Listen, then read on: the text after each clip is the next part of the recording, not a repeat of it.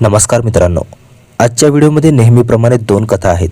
दोन्ही खऱ्या आणि हृदयविदारक आहेत, म्हणून तुम्ही शेवटपर्यंत पाहणे गरजेचे आहे. आणि हो, व्हिडिओ पाहिल्यानंतर कमेंट करून कळवा की तुम्ही हा व्हिडिओ कुठून पाहत आहात. आजची पहिली कथा महाराष्ट्राच्या नागपूर शहराची आहे.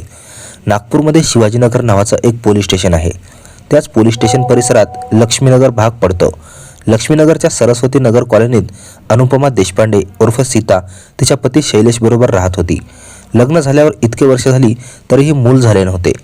अनुपमाचे वय सुमारे 45 वर्षे होते आणि ती अंगणवाडीत काम करत होती. तिचे पती शैलेश दूध विक्रीचे काम करत होते. घरातूनच दुधाचे पॅकेट विकत होते. शैलेशच्या आईवडिलांचे घर वेगळे होते, ते एकत्र राहत नव्हते.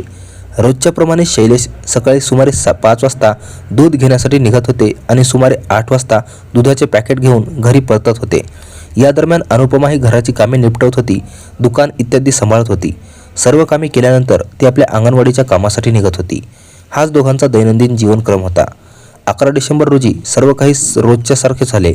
शैलेश सकाळी सुमारे 5 वाजता उठला आणि रोजच्याप्रमाणे दुधाचे पॅकेट घेण्यासाठी डेअरीवर निघून गेला. त्यावेळी अनुपमा घराच्या कामात गुंतली होती. सुमारे 8 ते 8:30च्या दरम्यान जेव्हा ते परत घरी पोहोचले तेव्हा सर्वप्रथम त्यांना घराचा मुख्य दरवाजा उघडा दिसला. हे पाहून त्यांना थोडे विचित्र वाटलं. घरात आत गेल्यावर त्यांनी अनुपमाला हाक मारली, पण कुठूनही कोणतंही उत्तर आलं नाही. तेव्हाच त्यांची नजर खोलीच्या दरवाजावर गेली. खोलीचा दरवाजा बाहेरून कडी लावून बंद होता. शैलेशला ही गोष्ट समजत नव्हती की बाहेरून कडी कोणी लावली असेल. थोडा वेळ विचार केल्यानंतर शैलेशने खोलीची कडी उघडली आणि आत गेले. आत पोहोचताच ते स्तब्ध राहिले. खोलीत त्यांच्या पत्नी अनुपमाचे शव जमिनीवर पडले होते. चारी बाजूने रक्त पसरले होते. हे दृश्य पाहून शैलेशच्या पायाखालची जमीन सरकली. कोणीतरी अनुपमा देशपांडेच्या डोक्यावर वरवंटा किंवा कोणत्या तरी जड वस्तूने जोरजोरात प्रहार केला होता. तिच्या डोक्यावर खोल जखमा होत्या आणि याच प्रहारामुळे तिचा ताबडतोब मृत्यू झाला होता. इतकंच नव्हे तर अनुपमाच्या कानातील झुमकेही जबरदस्तीने खेचून काढली होती. कानाखालपर्यंत खेचल्याची खूण स्पष्ट दिसत होती. घरातील अलमारीही उघडी पडली होती. त्यात ठेवलेली रोकड नाहीशी झाली होती आणि काही दागिनेही सापडले नाही. जेव्हा शैलेश देशपांडे यांनी आपल्या पत्नीचे शव पाहिले तेव्हा ते ओरडू लागले. त्यांचा आवाज ऐकून आसपासचे लोक जमा झाले. ताबडतोब शिवाजीनगर पोलिसांना माहिती देण्यात आली. पोलीस घटनास्थळी पोहोचले आणि चौकशी सुरू केली. फॉरेन्सिक टीमलाही बोलवण्यात आले. चौकशी दरम्यान फॉरेन्सिक टीमला घटनास्थळावर बुटांच्या खुणा सापडल्या. त्यावरून अंदाज बांधला गेला की या गुन्ह्यात कोणीतरी बाहेरची व्यक्ती सामील असू शकते. पोलिसांनी यानंतर शव जप्त करून पुढील कारवाई सुरू केली. पोलिसांना सुरुवातीला हेच समजत नव्हतं की या खुनामागे कोणी बाहेरचा माणूस आहे की मग कोणी स्वतःचाच सामील आहे. घरातून रोकड नाहीशी झाली होती, दागिनेही सापडले नव्हते आणि अनुपमाच्या कानातील बाळ्याही खेचून काढल्या होत्या. ह्या सर्व गोष्टी पाहून लोकांना वाटले की कदाचित कोणी चोर किंवा लुटारू लुटीच्या हेतूने घरात शिरला असेल आणि याच दरम्यान खून केला असेल. या शंकेचे निरासन करण्यासाठी पोलिसांनी 3 टीमा तयार केल्या. पहिली टीम अनुपमा देशपांडे यांच्या मोबाईलची तपासणी करू लागली. तिचा कॉल डिटेल रेकॉर्ड काढण्यात आला. हे पाहिले गेले की ती कोणाकोणाशी बोलत असे आणि कोणाबरोबर तिची चॅट करत असे. दुसरी टीम आसपास लावलेल्या CCTV कॅमेऱ्याच्या फुटेज तपासण्यात गुंतली, जेणेकरून हे कळू शकेल की घटनेच्या दिवशी कोणी संशयास्पद व्यक्ती त्या भागात येताना किंवा जाताना दिसली की नाही. तिसरी टीमने सुरुवातीला अनुपमाच्या पती शैलेश देशपांडे यांच्यावरही शंकेच्या नजरेतून चौकशी सुरू केली.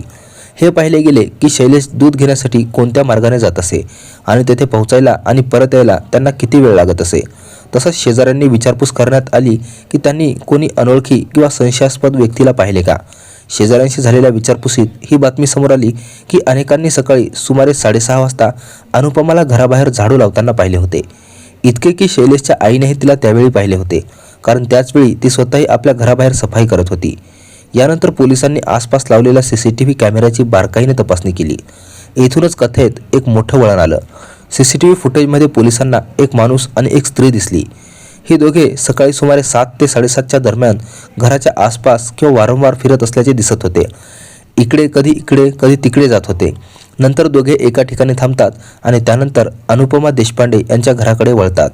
2-3 वेळा येणे-जाणे केल्यानंतर शेवटी एका कॅमेऱ्यात स्पष्ट दिसते की दोघे घरात जातात. पोलिसांनी जेव्हा या दोघांचा CCTV फुटेज आसपासच्या लोकांना दाखवला तेव्हा लोक त्यांना ओळखून गेले. लोकांनी सांगितले की हा तर मोहित साळवे आहे. आता प्रश्न असा होता की मोहितला लोक कसा ओळखतात, जेव्हा तो तिथे राहतही नव्हता.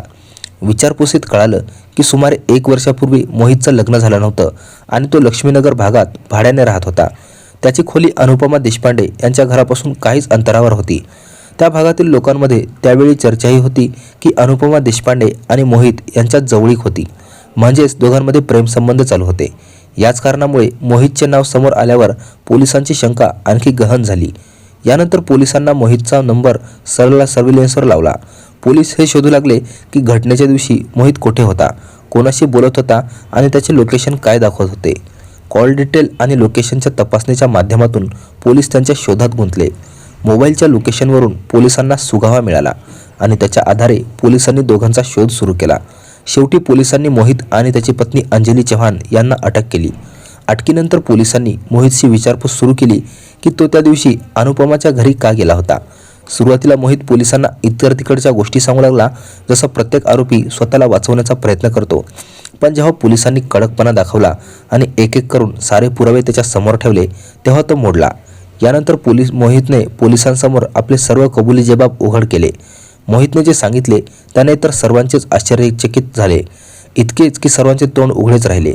मोहितने पोलिसांना सांगितले की सुमारे 1 वर्षापूर्वी तो लक्ष्मीनगरमध्येच अनुपमाच्या घराजवळ भाड्याने राहत होता. त्या दिवशी त्याची ओळख अंगणवाडी कार्यकर्ती अनुपमाशी झाली. हळूहळू दोघांमधील जवळकी वाढल्या आणि प्रेमसंबंध निर्माण झाले. काही काळ सर्व ठीक चालू राहिले. शारीरिक संबंध ठेवण्याच्या बदल्यात अनेकदा अनुपमा मोहितला पैसेही देत असे. जोपर्यंत मोहितचे लग्न झाले नव्हते तोपर्यंत त्याला ह्या सर्वात कोणताही त्रास वाटत नव्हता. त्याला मजाही येत होती. एकीकडे त्याला पैसे मिळत होते तर दुसरीकडे तो आपली मनमुरादही करत होता. त्यावेळी त्याला वाटत होते की सर्व काही ठीक चालले आहे. अनुपमा या नात्याने आनंदीही होती. तिलाही वाटत होते की सर्व ठीक चालले आहे. याच दरम्यान मोहितचे अंजलीशी प्रेम झाले. दोघे एकमेकात इतके रमले की मोहितने अंजलीशी लग्न करण्याचा निर्णय घेतला. जेव्हा या गोष्टीची बातमी अनुपमाला कळाली तेव्हा ती खूप नाराज झाली. तिने मोहितशी भांडण केले आणि अंजलीशी त्याचे लग्न करण्यास उघड विरोध करू लागली. पण मोहित आपल्या निर्णयावर अडला. त्याने स्पष्ट सांगितले की तो अंजलीशीच लग्न करेल. अनुपमा जितका विरोध करत राहिली पण शेवटी मोहित आणि अंजली यांनी लग्न केले. या लग्नाने अनुपमा अतिशय नाराज होती आणि ती हे मान्य करायला तयार नव्हती. पण जेव्हा अंजलीशी त्याचे लग्न झाले तेव्हा मोहितला वाटू लागले की आता तो अंजलीबरोबर फसवणूक करत आहे. त्याला ही गोष्ट खटकू लागली की पत्नी असतानाही तो कोणत्या तरी दुसऱ्या स्त्रीसोबत शारीरिक संबंध ठेवत आहे. याच कारणामुळे तो अनुपमापासून आपले नाते संपवू इच्छित होता. मोहितने ही गोष्ट आपल्या पत्नी अंजलीला सुद्धा कळवली होती की पूर्वी त्याचे अनुपमाशी नाते होते. पण मोहितचे म्हणणे आहे की जेव्हा जेव्हा तो अनुपमापासून नाते संपवण्याची बात करतो तेव्हा ती त्याला मानसिकदृष्ट्या त्रास देत होती. मोहितच्या मते अनुपमा ह्याच्या त्याच्या गोष्टी सांगून त्याला घाबरवत होती. ती म्हणायची की जर तू माझ्याशी संबंध ठेवणार नाहीस तर मी तुला खोट्या प्रकरणात अडकवून देईल, बदनाम करून देईन. मोहितचे म्हणणे आहे की ह्या सर्व गोष्टींनी तो पूर्णपणे कंटाळला होता. इतकंच नव्हे तर अनुपमा त्याच्यावर मुलीसाठीही दबाव आणू लागली होती. तिला असं वाटत होतं की तिचे आणि मोहितचे एक मूल व्हावे. हे सर्व ऐकून मोहित आणखी जास्त अस्वस्थ झाला. त्याला समजत नव्हते की काय करावे. शेवटी त्याने आपली पत्नी अंजलीला सर्व काही स्पष्टपणे सांगितले. मोहितचे म्हणणे आहे की यानंतर त्याने अंजलीने एकत्र बोलणे केले आणि दोघे या निष्कर्षापर्यंत पोहोचले की अनुपमापासून कायमची सुटका मिळवण्याचा त्यांना फक्त एकच मार्ग दिसत होता आणि तो मार्ग होता अनुपमाला मारणे. यानंतर त्यांनी दोघांनी एकत्रितपणे संपूर्ण योजना केली की अनुपमाला कसे मारायचे. त्यांना चांगल्या प्रकारे माहिती होती की अनुपमाचा पती दुधाचे काम करतो, रोज कोणत्या वेळी घरातून निघतो आणि कोणत्या वेळी परत येतो हे सर्व त्यांना माहीत होतं. योजनेनुसार जसा शैलेश दूध आणण्यासाठी घरातून निघाला त्याच्या थोड्या वेळानंतर मोहितची पत्नी अंजली त्याच्या घराजवळ पोहोचली. यानंतर दोघे घराच्या आसपास फिरत राहिले जेणेकरून हे पाहता येईल की कोणी येत आहे का नाही. काही शंकास्पद गोष्ट तर नाही. सकाळी सुमारे 7 वाजेपर्यंत ते लोक तिच्या घरावर नजर ठेवून होते. सुमारे अर्ध्या तासभर इकडे तिकडे पाहिल्यानंतर अंजली दूध घेण्याच्या सबबीखाली अनुपमाच्या घराची घंटा वाजवते. अनुपमा जशीच दार उघडते तशीच अंजली आत दूध घेण्यासाठी जाते. त्याच वेळी मागून मोहित शांतपणे घरात शिरतो. अनुपमाला काही समजायच्या आतच मोहितने तिथे ठेवलेला वरवंटा उचलला आणि मागून तिच्या डोक्यावर जोरदार प्रहार केला. पहिला प्रहार इतका तीव्र होता की अनुपमाला ओरडायची सुद्धा संधी मिळाली नाही आणि ती तिथेच कोसळली. यानंतर मोहितने वरवंट्याने प्रहार करणे थांबवले नाही. तोपर्यंत हल्ला करत राहिला जोपर्यंत तिचा श्वासोश्वास थांबला नाही आणि तिचा मृत्यू झाला नाही. यानंतर दोघांनी मिळून तिचे शव ओढून खोलीत टाकले. आता दोघांची हीच विचारसरणी होती की या खुनाला लुटीचे रूप द्यावे जेणेकरून असं भासवता येईल की कोणी चोर लुटाऱ्याने घरात शिरून लूट केली आणि लुटीच्या दरम्यान हे सर्व घडलं. आपल्या योजनेनुसार दोघांनी अनुपमाच्या कानातील झुमके खेचून काढली. घरातील अलमारीत ठेवलेले सुमारे 2 लाख रुपये किमतीचे दागिनेही उचलले. याशिवाय अलमारीत ठेवलेली 3,000 रोकड पण घेऊन तिथून निघून गेले. गुन्हा अंमलात आणल्यानंतर दोघे पती पत्नी रक्ताने भिजलेले कपडे आणि लुटलेला माल घेऊन मिश्रा होमस्टेला पोहोचले. तिथून पळ काढण्याची तयारी होती. रक्त लागलेले कपडे शॉलने झाकून दोघांनी ऑटो पकडला आणि परत होमस्टेला आले. यानंतर 12 डिसेंबर रोजी मोहित आणि त्यांची पत्नी अंजली पळ काढण्याच्या हेतूने शिवाजीनगर रेल्वे स्टेशनवर पोहोचले. हीच त्यांची मास्टर प्लॅनिंग होती. पण त्यांच्याकडून एक मोठी चूक झाली. त्यांनी हे विचार केला नाही की आसपास CCTV कॅमेरे असू शकतात. ही चूक त्यांच्यासाठी सर्वात मोठी अडचण बनली. CCTV फुटेजमध्ये स्पष्ट दिसून आले की दोघे घराच्या आसपास भटकत होते. जेव्हा पोलिसांनी हा फुटेज आसपासच्या लोकांना दाखवला तेव्हा लोकांनी त्यांना ताबडतोब ओळखले. येथूनच संपूर्ण प्रकरण उघडं गेलं. पोलिसांनी वेगाने कारवाई करत 24 तासाच्या आतच आरोपी पती पत्नी मोहित साळवे आणि अंजली चव्हाण यांना अटक केली. पोलिसांनी त्यांच्याकडून खुनाच्या वेळी घातलेले रक्ताने भिजलेले कपडे, लुटलेले सोन्याचे दागिने, मोबाईल फोन आणि 73,640 रोकड जप्त केली. या सनसनीखेज हत्याकांडाचा शोध लावणाऱ्या पोलीस टीमसाठी पैशाच्या इनामाची घोषणाही करण्यात आली. तपासातच पोलिसांनी दोघांना धरून घेतले आणि संपूर्ण प्रकरण उघडे केले. मोहित साळवे आणि अंजली चव्हाण यांना अटक केल्यानंतर त्यांना तुरुंगात पाठवण्यात आले. त्यांच्याविरुद्ध खून आणि लूट ह्या गंभीर आरोप दाखल करण्यात आले. न्यायालयात प्रकरण पुढे गेले. पोलिसांच्या तपासणी आणि पुराव्यांच्या आधारे न्यायालयाने दोघांवर आलेल्या आरोपांची सुनावणी सुरू केली. आता खटल्याची संपूर्ण प्रक्रिया न्यायालयात चालू आहे, ज्यामध्ये आरोपी, साक्षीदार आणि पुराव्याच्या आधारे निर्णय होईल. आणि आजची दुसरी कथा पुणे जिल्ह्याची आहे. पुण्याच्या मुरुम ठाण्याचे ठाणा प्रभारी सक्सेना 24 फेब्रुवारी रोजी गंगा कालव्याच्या पुलाजवळ गाड्यांची तपासणी करत होते. तेव्हा त्यांनी पाहिले की एक मारुती कार तपासणी ठिकाणापासून आधीच कालव्याच्या काठावरून रेग्युलेटरकडे वळाली. हे पाहून त्यांना शंका आली की काहीतरी चूक आहे. त्यांनी ताबडतोब ड्रायव्हर कॉन्स्टेबल धर्मवीर शुक्ला यांना सांगितले की जीप सुरू करा आणि नंतर बाकीच्या कर्मचाऱ्यांसोबत जीपमध्ये बसून त्या कारच्या मागे चालू लागले. पोलिसांनी आपली जीप त्या मारुती कारच्या मागे लावली. जीप मागे येताना पाहून कारच्या चालकाने वेग आणखी वाढवला. काही अंतर पाठलाग चालू राहिला, पण शेवटी पोलिसांनी ती मारुती कार अडवलीच. कारमध्ये पुढे ड्रायव्हर व्यतिरिक्त एक महिला बुरखा घातलेली बसली होती. मागील जागेवरही एक माणूस होता आणि त्याच्यासोबत बुरखा घातलेली आणखी एक महिला बसली होती. ठाणा प्रभारी SK सक्सेना यांनी ड्रायव्हरला विचारले की तो कालव्याच्या काठावर कार का नेत होता. यावर ड्रायव्हरने सांगितले की मागे बसलेल्या महिलेची तब्येत खूप खराब आहे, म्हणून ते लोक तिला उपचारासाठी रुग्णालयात नेत आहेत. ड्रायव्हर ज्या मार्गाने कार नेत होता त्या दिशेला तर कोणतेही रुग्णालय नव्हते, म्हणून त्यांचे बोलणे पोलिसांना पटले नाही. ड्रायव्हर ज्या महिलेला मागे बसलेली आजारी सांगत होता, ठाणा प्रभारी स्वतः तिची खात्री करू इच्छित होते. त्यांनी मागील जागेवर बुरखा घातलेल्या व्यक्तीला सांगितले की तो महिलेच्या चेहऱ्यावरचा नकाब काढून टाकावा. नकाब काढण्याचे बोलणे ऐकताच तो माणूस घाबरला. पुढे बसलेली महिला आणि ड्रायव्हरही वारंवार त्यांच्याकडे पाहू लागले. त्यांच्या या संकोचामुळे ठाणा प्रभारींची शंका आणखी दृढ झाली. त्यांनी कडक आवाजात परत विचारले, नकाब काढता का नाही. ठाणा प्रभारीच्या कडकपणानंतर जेव्हा मागे बसलेल्या माणसाने नकाब काढला तेव्हा तिथे उपस्थित असलेले सर्व पोलीस कर्मचारी स्तब्ध राहिले. बुरख्याच्या आत कोणी महिला नव्हती. अगदी जवळपास 40 ते 42 वर्षाचा एक माणूस होता, ज्याची लांब दाढी होती आणि तो मरण पावला होता. स्पष्ट होतं की हे लोक शवाला बुरखा घालून कोठेतरी पुरण्यासाठी नेत होते. ठाणा प्रभारींनी विचारले की हा माणूस कोण आहे, याचे शव कुठे नेत आहात. यावर मारुती कार चालवणारा माणूस म्हणाला की साहेब, यांचे नाव दिलशाद आहे. आम्ही लोक यांना रुग्णालयात नेत होतो, पण वाटेत त्यांचा मृत्यू झाला. ठाणा प्रभारींनी परत प्रश्न केला की जर मृत्यू झाला होता तर याला बुरखा घालून का नेत होता. हे ऐकून ड्रायव्हर गप्प बसला. थोड्या वेळानंतर त्याने आपल्या खिशातून 10,000 रुपयाची गठ्ठी काढली आणि ठाणा प्रभारीच्या दिशेने वाढवत म्हणाला की हे घ्या आणि आम्हाला जाऊ द्या. ड्रायव्हरच्या या हालचालीनंतर ठाणा प्रभारी चिडले. त्यांनी त्याला कडक फटकार लावली आणि कारमध्ये बसलेल्या 3 व्यक्तींना हिरासतीत घेतले. यानंतर कारची तपासणी करण्यात आली, पण शवाव्यतिरिक्त त्यात कोणतीही संशयास्पद वस्तू सापडली नाही. कारमध्ये शव सापडल्याची बातमी ठाणा प्रभारींनी ताबडतोब आपल्या वरिष्ठ अधिकाऱ्यांनाही दिली. विचारपुसीत मारुती कार चालवणाऱ्या व्यक्तीने आपले नाव मौजुद्दीन सांगितले. पुढच्या जागेवर बुरखा घातलेली जी महिला बसली होती ती त्याची पत्नी हबीबा होती. मागील जागेवर बुरखा घालून दिलशादचे शव सांभाळून बसलेला माणूस नूर मोहम्मद होता. विचारपुसीत त्यांनी सांगितले की दिलशादचा खून त्यांनी पूर्व दिल्लीतील जगतपुरी ठाणा परिसरातील न्यू ब्रिजपिरीत केला होता. हे सर्व त्यांनी दिलशादच्या पत्नी राबियाच्या सांगण्यावरून केले होते. आता ते लोक शवाला मुरुमच्या कालव्यात फेकण्यासाठी जात होते. ठाणा प्रभारींनी सर्व आवश्यक कारवाई पूर्ण केली. यानंतर दिलशादचे शव परीक्षणासाठी पुणे मॉर्चरीला पाठवण्यात आले. आरोपींविरुद्ध खून आणि पुरावे नष्ट करण्याच्या कलमात 0 क्रमांकाची FIR दाखल करण्यात आली. तसेच संपूर्ण प्रकरणात माहिती दिली की पूर्व दिल्लीतील ठाणा ब्रिजपुरीला देण्यात आली. मुरुम पोलिसांनी दुसऱ्या दिवशी मौजुद्दीन, हबीबा आणि नूर मोहम्मद यांना अटक करून पुण्याच्या न्यायालयात पेश केले, जिथून तिघांना येरवडा तुरुंगात पाठवण्यात आले. तिकडे ठाणा जगतपुरीचे ठाणा प्रभारी सतीश कुमार यांना जेव्हा ही बातमी कळाली की त्यांच्या परिसरात खून करून शव मुरुमच्या कालव्यात फेकण्यासाठी नेत असलेले लोक पकडले गेले आहेत, तेव्हा त्यांनी 25 फेब्रुवारी रोजी अतिरिक्त ठाणा प्रभारी सुधीर कुमार यांना मुरुमला पाठवले. इन्स्पेक्टर सुधीर कुमार यांनी तिथल्या पोलिसांशी संपर्क साधून या प्रकरणाची FIRची प्रत घेतली आणि पुढील तपासाची तयारी सुरू केली.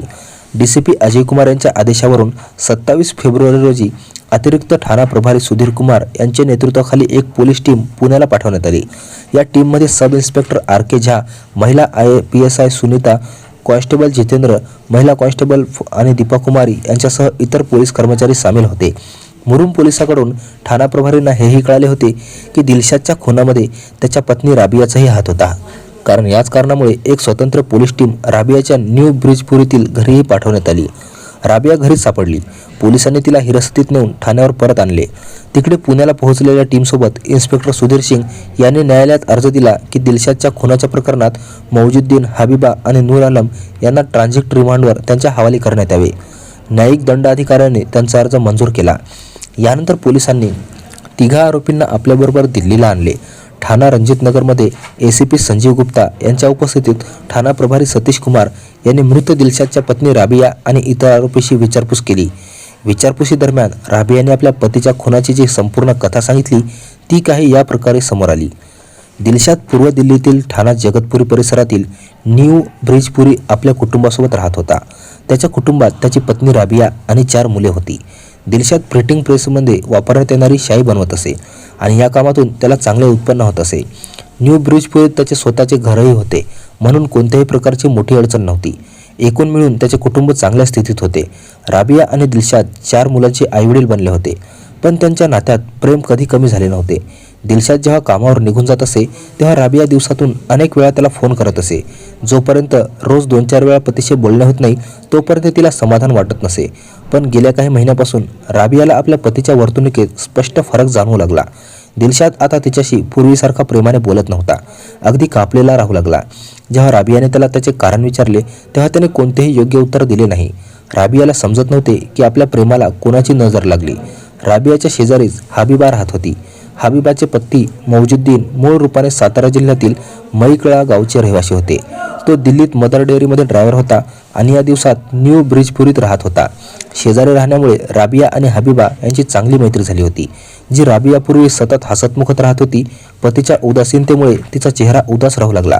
तिचा त्रास असा होता की याबद्दल ती कोणालाही उघडपणे बोलू शकत नव्हती. एक दिवस राबिया हबीबाच्या घरी बसली होती.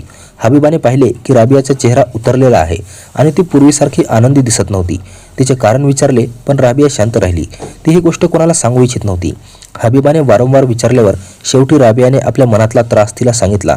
सर्व ऐकल्यानंतर हबीबाला शंका आली की कदाचित दिलशादचा कोणत्यातरी दुसऱ्या स्त्रीशी नाते चालू आहे. तिने राबियाला समजावले की जर असं असेल तर ही चिंतेची बाब आहे आणि याचा शोध घेतला जाऊ शकतो. हबीबाने तिला सल्ला दिला की ती दिलशादच्या फोन कॉल डिटेल पहा आणि जर एकाच नंबरवर जास्त बोलणं चालू असेल तर समजून घ्यावे की काहीतरी चूक आहे. ही गोष्ट राबियाच्या मनात रुजली. तिने ठरवले की जोपर्यंत ती स्वतः दिलशादचा मोबाईल तपासून पाहणार नाही तोपर्यंत तिला समाधान मिळणार नाही. ती संध्याकाळ होण्याची वाट पाहू लागली.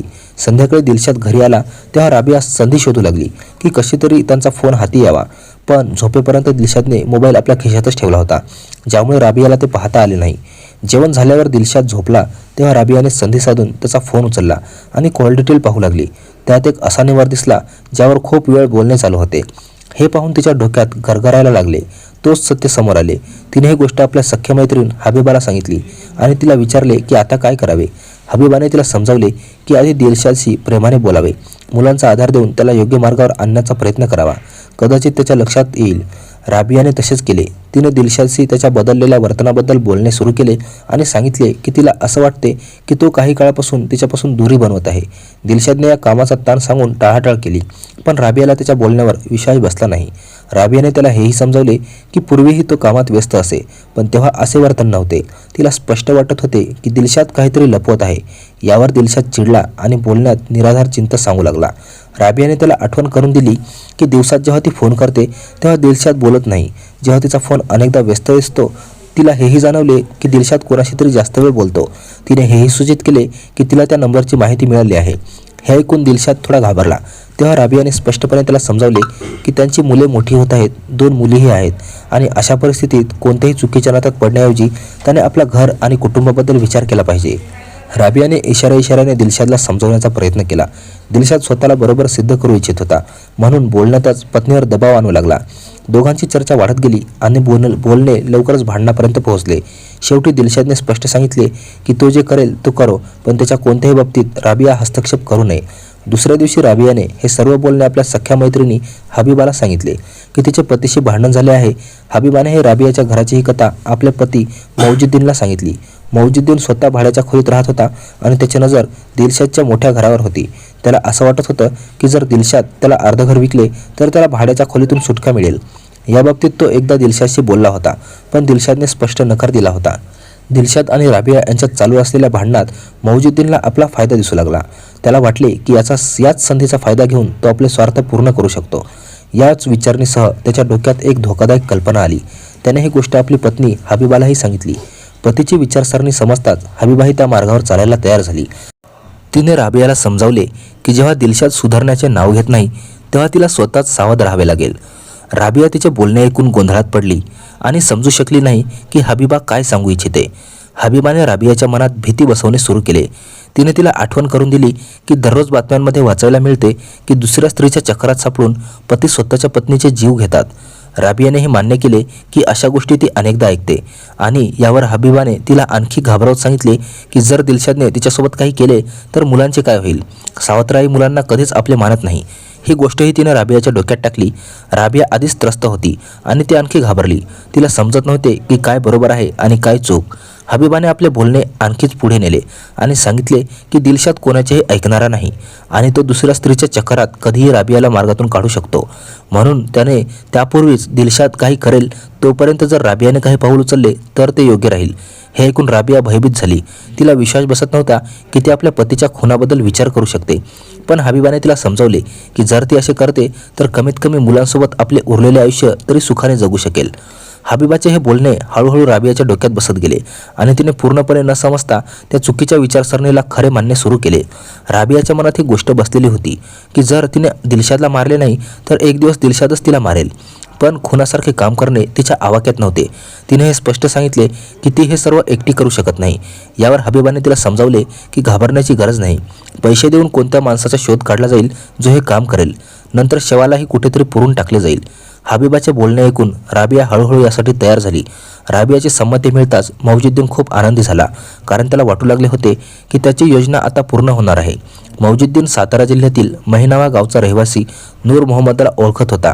त्याने दिलशादला मार्गातून काढून टाकण्याची बात नूर मोहम्मदशी केली. नूर मोहम्मद 1 लाख रुपये खून करण्यास तयार झाला. पैशाची तरतूद हबीबा आणि राबिया यांनी आपले दागिने विकून केली. 23 फेब्रुवारी 2015च्या संध्याकाळी मौजुद्दीनने नूर मोहम्मदला ब्रिजपुरीत आपल्या खोलीत बोलावले. ठरलेल्या योजनेनुसार राबियाने संध्याकाळच्या जेवणात दिलशादला झोपेच्या गोळ्या दिल्या. जेवण झाल्यानंतर थोड्याच वेळात दिलशाद खोलीत झोपला. जसाच दिलशाद झोपला, राबियाने हबीबाला बातमी दिली. यानंतर हबीबा आपल्या पती मौजुद्दीन आणि भाड्याने घेतलेला गुंड नूर मोहम्मद याच्यासोबत राबियाच्या घरी पोहोचली. नूर मोहम्मदने पलंगावर बेशुद्ध अवस्थेत झोपलेल्या दिलशादच्या मानेला दुपट्टा घातला आणि गाठ मारली. नंतर त्याने आणि मौजुद्दीनने दुपट्ट्याच्या दोन्ही टोकांना ओढून त्याची मान दाबली. त्याचवेळी राबिया आणि हबीबा यांनी दिलशादचे हातपाय धरले होते. चौघांनी एकत्रितपणे दिलशादचा जीव घेतला. आता पुढील त्रास त्याचे शव पुरण्याचा होता. मौजुद्दीन आणि नूर मोहम्मद साताराचे रहिवासी होते, म्हणून त्यांनी विचार केला की शवाला गंगा कालव्यात बुडवून द्यावे. ठरलेल्या योजनेनुसार सकाळ होताच दिलशादच्या शवाला काळ्या रंगाचा बुरखा घातला. मौजुद्दीनकडे मारुती आर होती. शवाला कारच्या मागील जागेवर बसवलेल्या माणसाप्रमाणे ठेवण्यात आले. नूर मोहम्मद मागे बसून शेव सांभाळत राहिला. ड्रायव्हिंगची जबाबदारी मौजुद्दीनने घेतली आणि पुढील जागेवर त्याची पत्नी हबीबा बुरखा घालून बसली. राबिया घरीच राहिली. दिलशादचे शेव घेऊन मुरुमला पोहोचताच गंगा कालव्याजवळ त्यांना पोलिसांची तपासणी दिसली. भीतीने मौजुद्दीनने कार पुढे नेऊन न काढता कालव्याच्या काठावरून रेग्युलेटरकडे वळवली, जेणेकरून तपासणीत सापडू नये. गाड्यांची तपासणी करणाऱ्या ठाणा प्रभारी एस के सक्सेना यांनी कार अशा प्रकारे वळवताना पाहिली की त्यांना शंका आली. त्यांनी ताबडतोब जीपने तिचा पाठलाग केला. तपासणी केल्यानंतर कारच्या आत बुरखा घातलेल्या एका माणसाचे शव सापडले. पोलिसांनी चौघा आरोपींना विचारपूस केल्यानंतर 2 दिवसाच्या पोलीस रिमांडवर ठेवले. पोलिसांनी चौघा आरोपींशी विचारपूस केल्यानंतर 2 दिवसाच्या रिमांडवर ठेवल्यानंतर 14 मार्च 2015 रोजी त्यांना अतिरिक्त मुख्य महानगर दंडाधिकारी सुनील बेनीवाल यांच्या न्यायालयात पेश केले. न्यायालयाने त्यांना न्यायिक हिरासतीत तुरुंगात पाठवले. या संपूर्ण प्रकरणाची तपासणी इन्स्पेक्टर सुधीर कुमार करीत आहेत. अशा प्रकारे शंका, भीती आणि लोभ यांनी एकत्रितपणे एक हसते खेळते घर उद्ध्वस्त केले. ज्या नात्याला बोलणे, विश्वास आणि समजूतदारपणाने वाचवता आले असते, ते चुकीचा सल्ला आणि चुकीचे निर्णय यांनी रक्तात बुडवले. राबियाने आपल्या भीतीवर ताबा मिळवण्याऐवजी इतरांनी भडकावलेल्या गोष्टीवर विश्वास ठेवला आणि मौजुद्दीन, हबीबा यांनी आपल्या स्वार्थासाठी एक कुटुंब नाश केले. शेवटी कोणालाही काहीही मिळाले नाही, ना पैसा, ना घर, ना समाधान. मुलांच्या डोक्यावरून वडिलांची सावली उठली. एका स्त्रीने पती गमावला आणि 4 लोक तुरुंगाच्या कैदेत सापडले. नात्यांमधील शंका आणि गैरसमज बोलून दूर केले पाहिजे, ना की चुकीचे पाऊल उचलून. कोणत्याही कोणाच्याही भडकवण्याने गोष्टींमध्ये सापडून घेतलेला निर्णय संपूर्ण आयुष्याची दिशा बदलून टाकतो. भीती आणि लोभ कधीही योग्य मार्ग दाखवत नाहीत. कायद्यापासून कोणीही सुटू शकत नाही आणि गुन्ह्याचा परिणाम नेहमी पश्चाताप असतो. आमचा उद्देश असा आहे की लोक या घटनांमधून शिकतील आणि चुकीच्या मार्गावर चालणे टाळतील. ही कथा एक महत्त्वाची चेतावणी आहे, जी आपल्याला सांगते की आयुष्यात योग्य निर्णय घेणे किती आवश्यक आहे.